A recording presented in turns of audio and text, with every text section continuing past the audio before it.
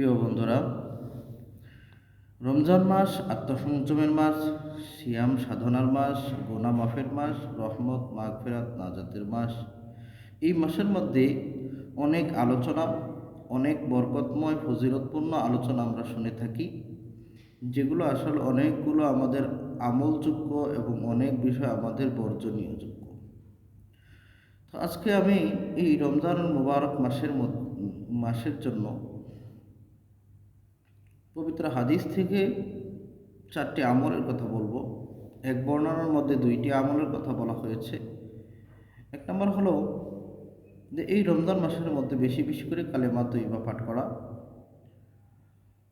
হয়। মিশকাতুল মাসাবিহ কিতাবের মধ্যে হযরত আবু সাঈদ খুদরি রাদিয়াল্লাহু তাআলা থেকে বর্ণিত, তিনি বলেন, রাসূল সাল্লাল্লাহু আলাইহি সাল্লাম বলেছেন, একবার মুসা আলাইহিস সালাম আল্লাহ তাআলার কাছে বললেন যে, আল্লাহ, আমাকে এমন কিছু শিক্ষা দিন যা আমি সবসময় আমল করতে পারি, বলতে পারি।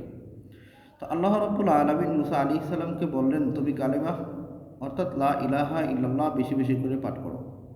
তো মুসা আলাইহিস সালাম বললেন, ইয়া আল্লাহ, ইয়া তো সকলেই পাঠ করে।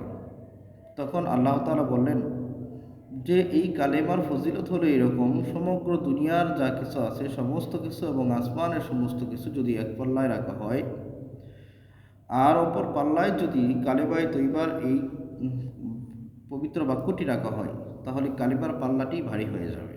সুবহানাল্লাহি ওয়া বিহামদিহি। আর একটি আমলের কথা বলা হয়েছে, তা হলো বেশি বেশি করে ইস্তেগফার পাঠ করা। অন্য আরেকটি বর্ণনার মধ্যে পাওয়া যায় 4টি আমলের কথা। তার মধ্যে একটি হলো কালেমায়ে তৈবা পাঠ করা, আরেকটি হলো বেশি বেশি ইস্তেগফার পাঠ করা, এবং অপর 2টি হলো জান্নাতের জন্য বেশি বেশি দোয়া করা এবং জাহান্নাম থেকে পানা চাওয়া।